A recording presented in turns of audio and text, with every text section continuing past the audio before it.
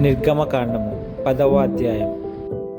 కాగా యెహోవా మోషేతో, ఫరో యొద్దకు వెళ్ళుము, నేనే యెహోవానని మీరు తెలుసుకొనున్నట్లును నేను చేయు సూచక క్రియలను ఐగుప్తీయుల ఎదుట కనపరచుటకు నేను వారి ఎడల జరిగించిన వాటిని వారి ఎదుట కలుగజేసిన సూచక క్రియలను నీవు నీ కుమారునికి నీ కుమారుని కుమారునికి ప్రచురము చేయునట్లును నేను అతని హృదయమును అతని సేవకుల హృదయములను కఠినపరచితినెను. కాబట్టి మోషే అహరోనులు ఫరో యొద్దకు వెళ్ళి అతనిని చూచి ఇలాగు చెప్పిరి: హెబ్రీయుల దేవుడగు యెహోవా సెలవిచ్చినదేమనగా, నీవు ఎన్నాళ్ళ వరకు నాకు లొంగనొల్లక ఎందువు? నన్ను సేవించుటకు నా జనులను పోనిమ్ము.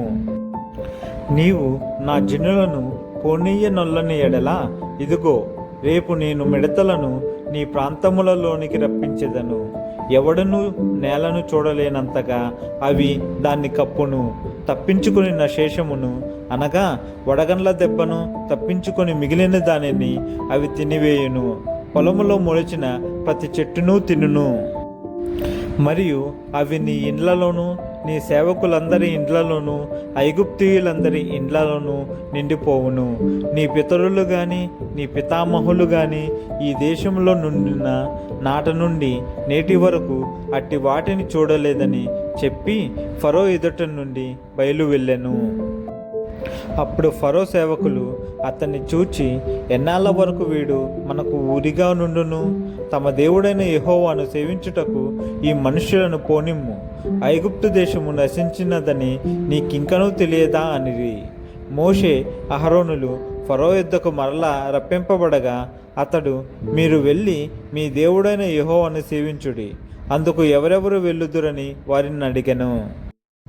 అందుకు మోషే, మేము యెహోవాకు పండుగ ఆచరింపవలెను గనుక మా కుమారులను మా కుమార్తెలను మా మందలను మా పశువులను వెంటబెట్టుకొని మా పిన్న పెద్దలతో కూడా వెళ్ళేదమనెను. అందుకతడు, యెహోవా మీకు తోడయుండునా? నేను మిమ్మును మీ పిల్లలను పోనిచ్చేదనా? ఇదిగో, మీరు దురాలోచన గలవారు. పురుషులైన మీరు మాత్రము వెళ్ళి యెహోవాను సేవించుడి. మీరు కోరినది అదే గదా అని వారితో అనగా, ఫరో సముఖము నుండి వారు వెళ్ళగొట్టబడిరి. అప్పుడు యెహోవా మోషేతో, మిడతలు వచ్చినట్లు ఐగుప్తు దేశము మీద నీ చెయ్యి చాపుము. అవి ఐగుప్తు దేశము మీదకి వచ్చి ఈ దేశపు పైరులన్నిటినీ, అనగా వడగండ్లు పాడు చేయని వాటినన్నిటినీ తినివేయునని చెప్పెను. మోషే ఐగుప్తు దేశము మీద తన కర్రను చాపగా యెహోవా ఆ పగలంతయు ఆ రాత్రి అంతయు ఆ దేశము మీద తూర్పు గాలిని విసరజేసెను. ఉదయమందు ఆ తూర్పు గాలికి మిడతలు వచ్చెను. ఆ మిడతలు ఐగుప్తు దేశమంతటి మీదికి వచ్చి ఐగుప్తు సమస్త ప్రాంతములలో నిలిచెను. అవి మిక్కిలి బాధాకరమైనవి. అంతకు మునుపు అట్టి మిడతలు ఎప్పుడునూ ఉండలేదు, తరువాత అట్టివి ఉండబోవు. అవి నేలంతయు కప్పెను. ఆ దేశమున చీకటి కమ్మెను. ఆ దేశపు కూరగాయలన్నిటినీ, ఆ వడగండ్లు పాడు చేయని వృక్ష ఫలములన్నిటినీ అవి తినివేశాను. ఐగుప్తు దేశమంతటా చెట్లే గాని పొలముల కూరయే గాని పచ్చని దేదియు మిగిలి ఉండలేదు. కాబట్టి ఫరో మోషే అహరోనులను త్వరగా పిలిపించి, నేను మీ దేవుడైన యెహోవా ఎడలను మీ ఎడలను పాపము చేసి తిని, మీరు దయచేసి ఈసారి మాత్రమే నా పాపము క్షమించి నా మీద నుండి ఈ చావు మాత్రము తొలగించుమని మీ దేవుడైన యెహోవాను వేడుకొనుడనగా అతడు ఫరో యొద్ద నుండి బయలు వెళ్ళి యెహోవాను వేడుకొనెను. అప్పుడు యెహోవా గాలిని త్రిప్పి మహాబలమైన పడమటి గాలిని విసరజేయగా అది ఆ మిడతలను కొంచుపోయి ఎర్ర సముద్రంలో పడవేశెను. ఐగుప్తు సమస్త ప్రాంతములలో ఒక్క మిడత అయినను నిలువలేదు. అయినను యెహోవా ఫరో హృదయమును కఠినపరచెను. అతడు ఇశ్రాయేలీయులను పోనీయడాయను. అందుకు యెహోవా మోషేతో, ఆకాశము వైపు నీ చెయ్యి చాపుము.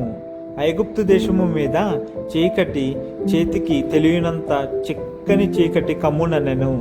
మోషే ఆకాశము వైపు తన చెయ్యి ఎత్తినప్పుడు ఐగుప్తు దేశమంతయు 3 దినములు గాఢాంధకారమాయెను. 3 దినములు ఒకరినొకడు కనుగొనలేదు. ఎవడునూ తానున్న చోట నుండి లేవలేకపోయెను. అయినను ఇశ్రాయేలీలకందరికీ వారి నివాసములలో వెలుగుండెను. ఫరో మోషేను పిలిపించి, మీరు వెళ్ళి యెహోవాను సేవించుడి. మీ మందలు మీ పశువులు మాత్రమే ఇక్కడ ఉండవలెను. మీ బిడ్డలు మీతో వెళ్ళవచ్చుననగా, మోషే, మేము మా దేవుడైన యెహోవాకు అర్పింపవలసిన బలుల నిమిత్తమును హోమార్పణల నిమిత్తమును నీవు మాకు పశువులను ఇయ్యవలెను. మా పశువులను మాతో కూడా రావలెను. ఒక్క డెక్క అయినను విడవబడదు. మా దేవుడైన యెహోవాను సేవించుటకు వాటిలో నుండి తీసుకొనవలెను. మేము దేనితో యెహోవాను సేవింపవలెను అక్కడ చేరక మునుపు మాకు తెలియదనెను. అయితే యెహోవా ఫరో హృదయమును కఠినపరపగా అతడు వారిని పోనీయనొల్లకయుండెను.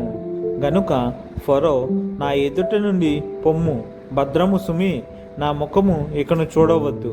నీవు నా ముఖమును చూచు దినమున మరణమవుదు అని అతనితో చెప్పెను. అందుకు మోషే, నీవన్నది సరి, నేనికను నీ ముఖము చూడనెను.